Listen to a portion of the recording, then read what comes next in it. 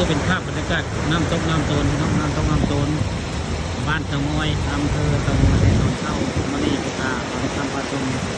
มีภารกิจมาบ้านตะงอยได้มาเติมเงินโทรศัพท์เนาะโดยได้ภาพบรรยากาศบริเวณสะพานเรือพายน้ำล้นบ้านตะงอยมาเดินมาส่วนคือภาพบรรยากาศในบริเวณพายน้ำล้นบ้านตะงอยละหมดเลยมันจะมีเป็นท่อน้ำเลยท่อน้ำส่งท่อบางใหญ่เจ้าสีทอดเป็ดเอามาที่ไหนเองเลยนะเรียกเจ้าบริทอดนะคนย่างก็ไปก็ได้มองนี่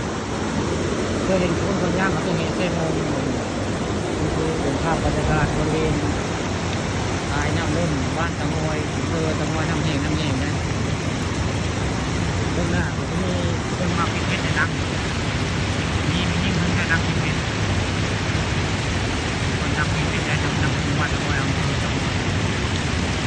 ภาพบรรยากาศตอนเช้าได้มานี่มาต้องทำ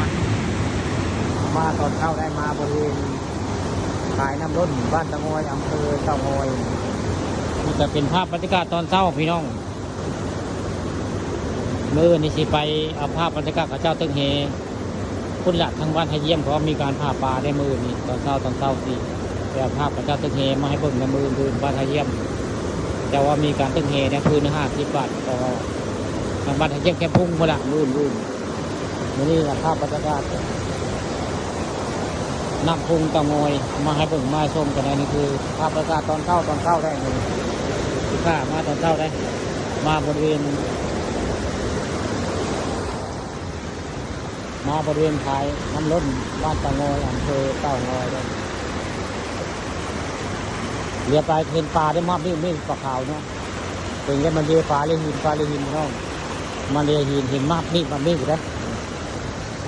บรรยากาศก็เป็นตาตึกเฮเซ่มองอยู่แล้วหนึ่งในกระดาษคืออยู่แล้วนี่คือมีป่า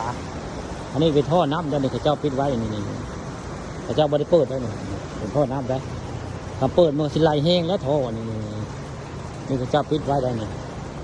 ก็ผ่านน้ำล้นบ้านตะงอยอำเภอตะงอยนี่คือเป็นภาพบรรยากาศตอนเช้านะสุขาปลาทองคำปลาชมภาพสวยงามของน้ำตกน้ำตน